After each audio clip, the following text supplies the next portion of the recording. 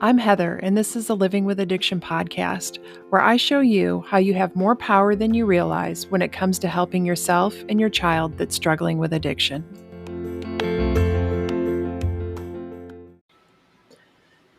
I just had the funniest thing happen. So here I am getting ready to record this podcast about love. And I put one of my dogs outside because he kept barking. And I noticed that my hibiscus, one of the flowers, was on the ground. And if you follow me on social media or you're on my email list, I've posted pictures of this squirrel it's eating my hibiscus. And I keep moving the tree, so hoping the squirrel can't get to it because it was right by my fence. So he was jumping from the fence into the hibiscus tree. And it's not working. And so I've been like really keeping an eye on it and yelling at the squirrel every time he gets in there. Well, this morning I go out there and I see that, and I look up in the tree and that squirrel is like peeking around one of the branches, staring at me. And it's so funny. I'm like so frustrated with this squirrel, and I'm getting ready to do this podcast on love. And so that's me. I'm always like trying to figure out how I'm going to get him out of my hibiscus, because he'll go get a leaf and sit on the fence and stare at me while he or she eats the hibiscus leaf. It's so funny. It's almost like he's throwing it in my face. So anyway, if you guys know how to keep a squirrel out of a hibiscus, let me know, because I need some help over here. So one of my favorite questions to ask myself, and maybe I should ask myself this about the squirrel, is what would love do? It really helps me get out of fear and negative thought loops and into solution mode. And love has never steered me wrong. Like when it comes to my daughter or any other relationship, including my relationship with myself, I often say that I became a coach because once I found solutions for myself, I felt compelled to share them with other parents. But that's really an oversimplified version of what really happened. And I saw a meme the other day that reminded me that love is why I became a coach. And I've seen it twice since. So I feel compelled to go deep into the topic of love and how it heals. And if you don't have a really clear perception of what love is, and I didn't before, then that might sound odd, but I'm going to clear that up as I explain it throughout this podcast. And the meme said, and I quote here, "If the addict is pleased with your help, then you're probably enabling.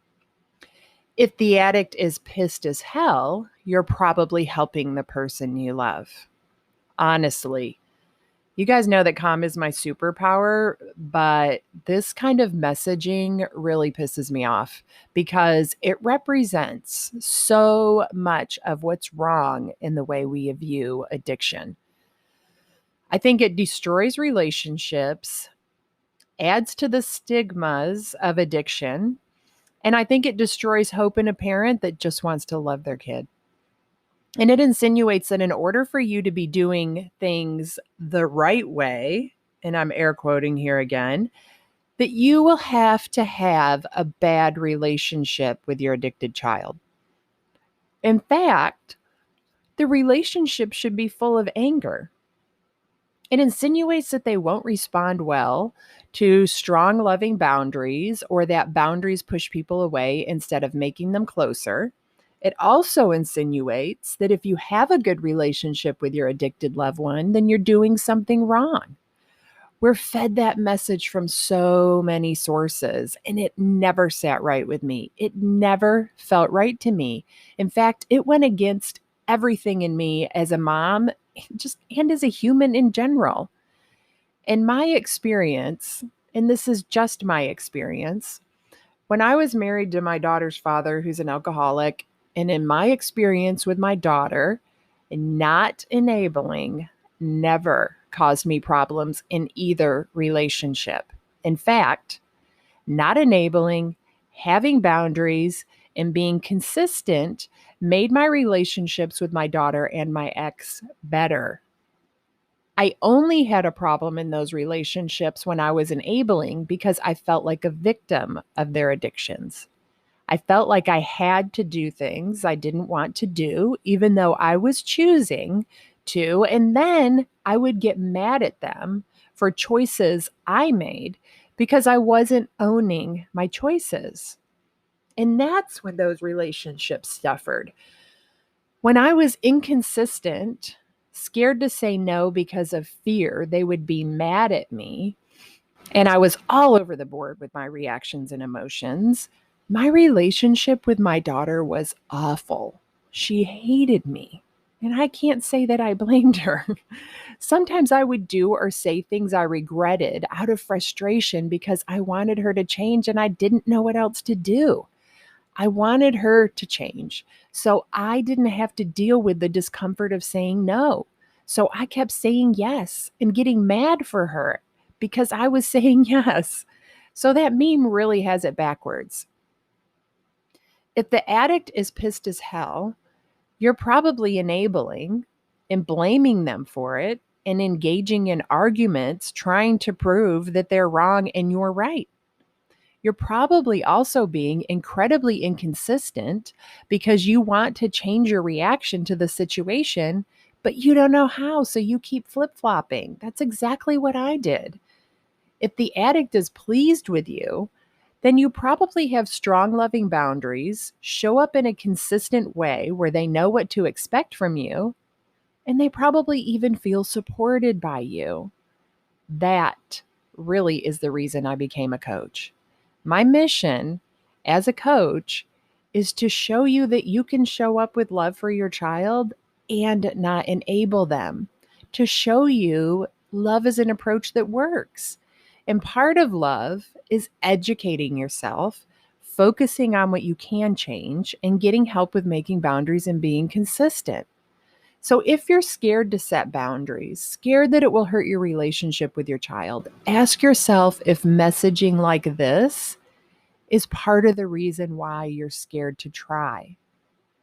Love is behind everything I do. It's behind this podcast, my coaching, my relationship with myself, and my relationship with my daughter.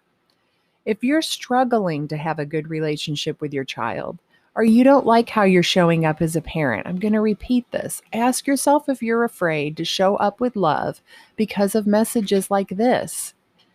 Sometimes we withhold our love thinking it will protect us and keep us from getting hurt. But I want to show you or tell you what that really does.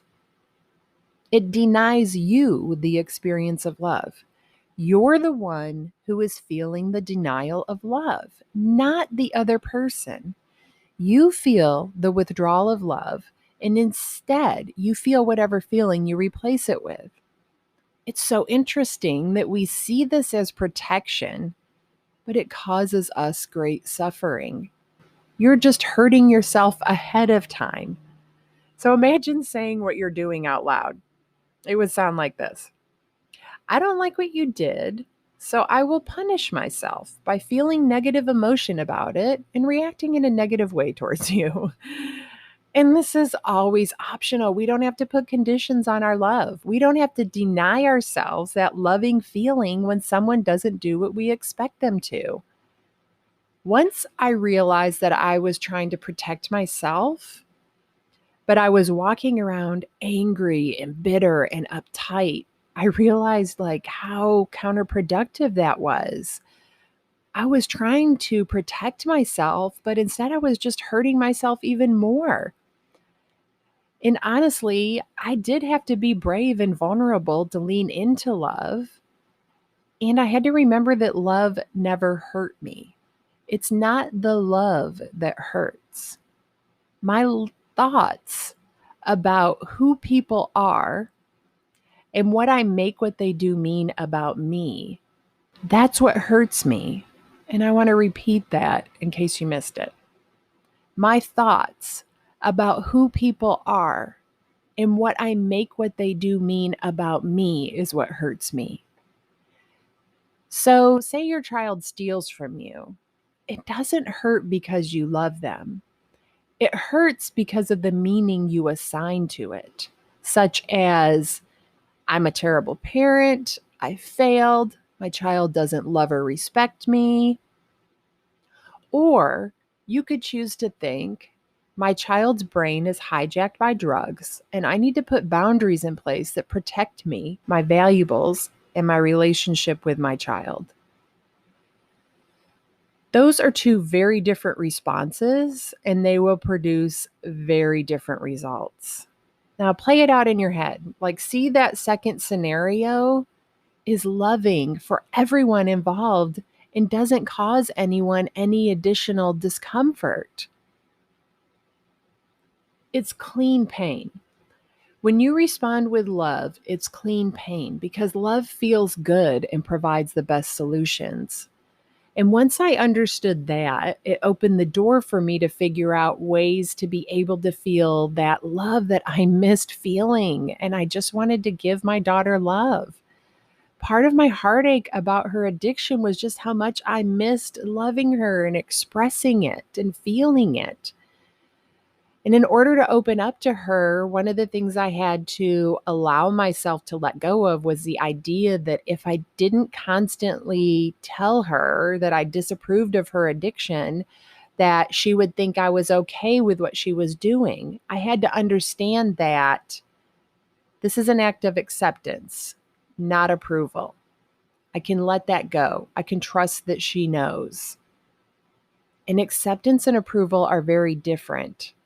Acceptance is simply receiving the situation as it is rather than resisting it and fighting against it. When you accept it, you are no longer telling yourself, this shouldn't be happening. You accept that this is reality and figure out how to work with it instead of against it. And with that resistance out of the way, I could just love her as she was in that moment. Looking for ways to create connection with my daughter is as much for me as it is for her. And I'm open-minded enough to say that it's more for me than it is for her because it feels good for me to love her and connect with her. And it feels good to be, and I'm air quoting again here, a good mom. I should record myself doing this podcast sometimes because it's got to be hilarious. I'm a hand talker. You know it if you've ever seen my videos. I get very excited. And when you hear this noise, it's my hand accidentally hitting the microphone. And last week, I actually tried holding the microphone so that I wouldn't hit it. It didn't work though. And because I was just using my other hand and my arm got all cramped trying to hold the microphone in the same place. Anyway, back to love. When I switched from giving my daughter rides because I had to choosing to give them because I loved her and I wanted to connect with her, which, by the way, I also learned to say no. I became willing to sit with that discomfort and not get mad at her for it. I owned my discomfort and said yes when I had time and when it felt good. It felt good to do it because I love her. I love taking her to eat to express my love for her. I looked for ways to show her I loved her with little care packages of soaps and toothbrushes and stuff like that.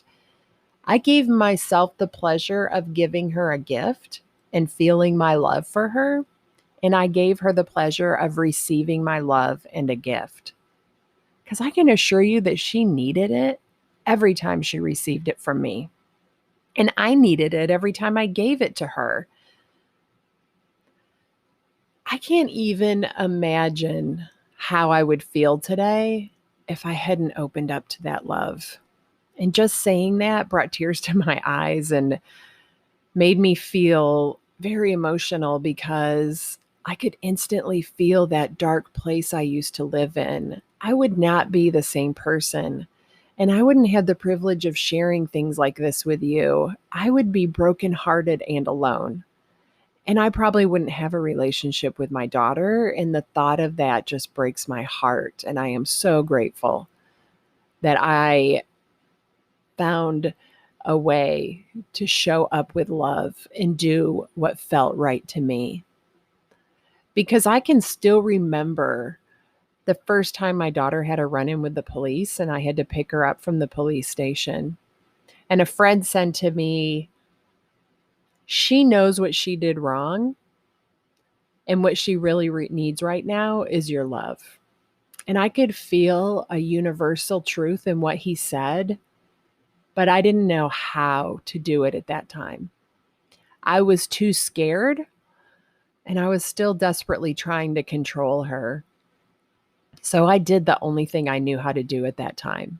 I yelled at her, and I grounded her, and I stayed angry at her. And it didn't feel good. Today I would be able to love her and give her consequences, and it would feel completely different to both of us. A few months ago, my daughter totaled her car, and I went to see her the next morning. She said, I know everybody's mad at me. I don't need a lecture. She was feeling defensive, and I wasn't there to give her a lecture. I was there to give her a hug because I knew she needed it. And I was just grateful that she didn't die when she ran into the back of a semi going 65 miles an hour. I knew the natural consequences she experienced from that were enough. She only had liability experience, so she lost her transportation. At the time, she was actively using, so that meant no way to get to her drugs. And I knew that she would be beating herself up and really struggling with knowing that she had that extra barrier between her and what she thought she needed. But I didn't pressure myself to figure things out for her. I just held her and told her I loved her. Love feels so good because it's generous and nurturing and compassionate. It's forgiving, affectionate, and uplifting. It just feels good. And I want to be clear that loving your child is never wrong.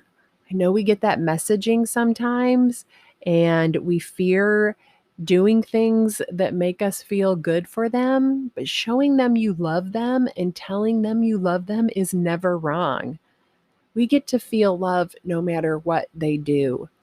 Anyone who says loving your child who is addicted is enabling is misinformed. You get to love your son or daughter no matter what. People make mistakes, lash out, they do things from a place of pain. We can hate them for it, or we can just love them as humans. I love you no matter what is the most amazing thing to say to somebody and have somebody say to you. I love you even when I'm angry at you or disappointed in your actions. It's unconditional love. And don't worry about losing control of your child when you love them unconditionally, because you don't have control of them anyway. Control over another person is an illusion. If they are behaving the way you want them to, it's not because you're in control. It's because they're choosing to act that way. It has nothing to do with you. So there you go. I give you full permission to love your child, even when they're struggling with addiction. Rethink how you look at love and acceptance and see if you want to change your approach. Love is the only approach that feels good to me and the only approach that worked for me. I get to work with parents and witness how showing up with love for their kids brings so much peace to their home, their child that's struggling with addiction, their family, and their heart. The number one thing parents say they want when they work with me is just to feel peace again. It's possible for you to feel peace too. If you're ready to take an empowered, loving approach to your child's addiction, I can help you with that. Send me a message or sign up for a call using a link in the show notes. I hope you have an amazing rest of the week and fill it with love.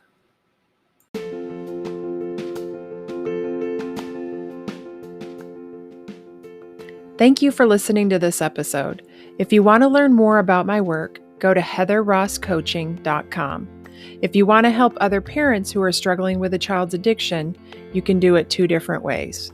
First, you can share the podcast with them directly, or you can share it on your social media. Second, you can leave a review. Talk to you next week.